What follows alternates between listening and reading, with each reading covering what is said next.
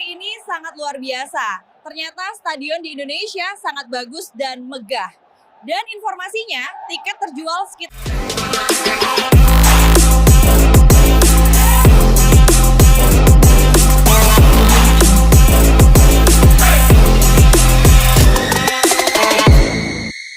Media-media raksasa dunia turun gunung. Semua mata menuju Indonesia versus Cina. Jakarta, 5 Juni 2025. Sebuah pertandingan yang awalnya diprediksi hanya menjadi duel seru di kualifikasi Piala Dunia, kini menjelma jadi tontonan global yang magnetismenya melampaui batas nalar. Laga antara Indonesia versus Cina di Stadion Utama Gelora Bung Karno tak hanya mengguncang Asia, tapi juga menyedot perhatian media-media besar dari berbagai penjuru dunia.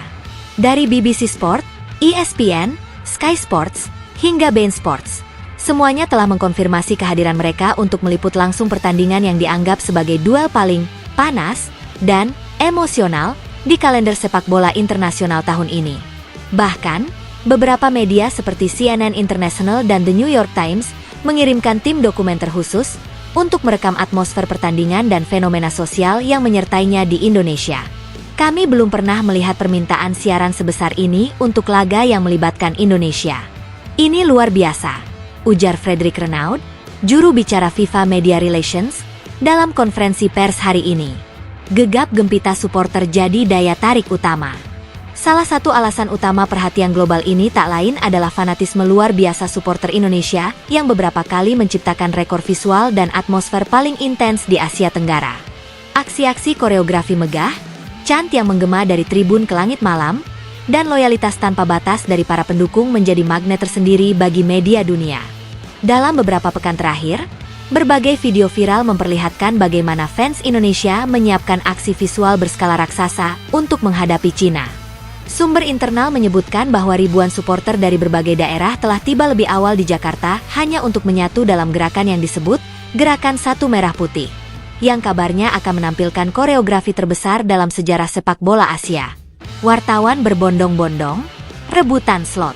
Tak hanya siaran langsung, media-media besar dunia juga kini terlibat dalam perang akses eksklusif untuk bisa meliput dari titik-titik terdekat, pinggir lapangan, ruang ganti, dan bahkan di tribun-tribun supporter.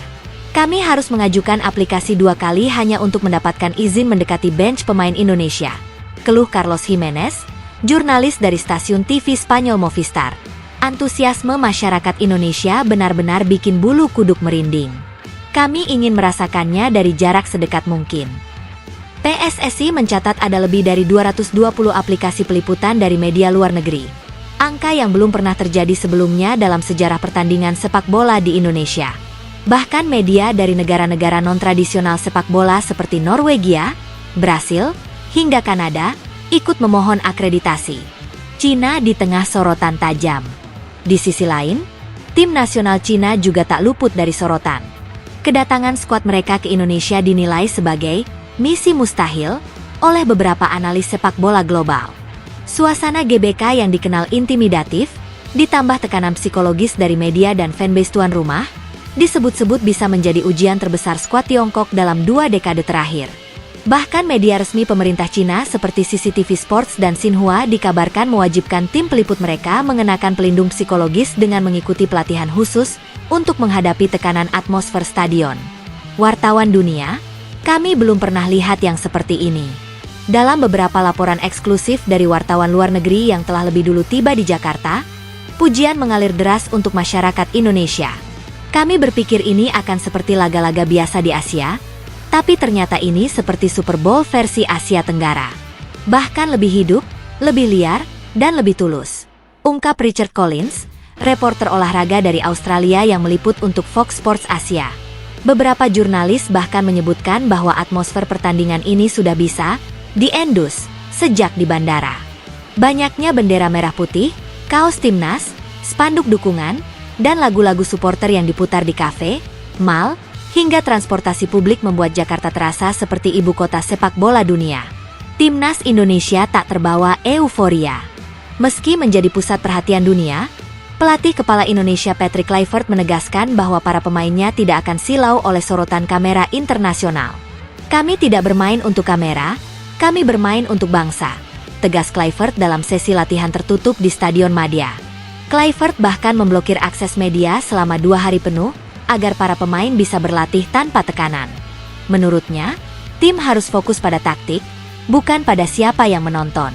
Namun, di sisi lain, para pemain mengaku termotivasi oleh sorotan global ini. Kapten Timnas Indonesia, Asnawi Mangkualam, menyatakan bahwa seluruh skuad ingin membuktikan bahwa Indonesia layak menjadi bagian dari elit sepak bola dunia. Kami tahu mata dunia sedang menatap. Itu bukan beban, itu kehormatan.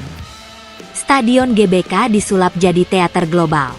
Menjelang laga, Stadion Utama Gelora Bung Karno disulap menjadi panggung supermodern. Tata cahaya baru, sistem suara stadion berstandar internasional, dan area media center yang diperluas hingga 2 kali lipat dari biasanya menunjukkan keseriusan Indonesia dalam menyambut perhatian dunia. Pemerintah bahkan menambah pasokan bandwidth internet serta menyewa satelit tambahan hanya untuk mengantisipasi ledakan permintaan streaming dari luar negeri. Kami ingin memastikan bahwa dari Papua Nugini sampai Kanada, semua bisa menyaksikan pertandingan ini dalam kualitas terbaik, kata Menkominfo, Budi Ari Setiadi. Efek domino, ekonomi, pariwisata, dan budaya. Tak hanya bidang olahraga, sorotan dunia terhadap pertandingan ini juga diperkirakan akan memberikan dampak ekonomi dan budaya besar bagi Indonesia. Sektor pariwisata mengalami lonjakan pemesanan hotel, transportasi, dan kuliner. Sementara itu, Kementerian Pariwisata menyatakan bahwa branding Indonesia sebagai negara sepak bola tengah mencapai puncaknya. Ini bukan hanya pertandingan.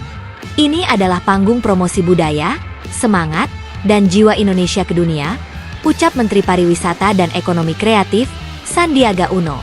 Merchandise timnas juga ludes terjual. Kaos edisi khusus bertuliskan, "This is Garuda S-Time", bahkan terjual 50.000 unit hanya dalam 72 jam sejak dirilis. Penutup, sorotan ini baru permulaan. Ketika peluit kick-off nanti ditiup, bukan hanya 22 pemain yang berlari di atas rumput. Ada sejarah, harapan, dan sorotan dunia yang ikut bergetar. Pertandingan ini tak lagi hanya soal Indonesia versus Cina. Ini tentang bagaimana sepak bola bisa menjadi bahasa universal yang mempertemukan dunia dalam satu stadion. Dan untuk Indonesia, inilah saatnya membuktikan bahwa mereka tak hanya siap bertanding, tapi juga siap memimpin panggung dunia.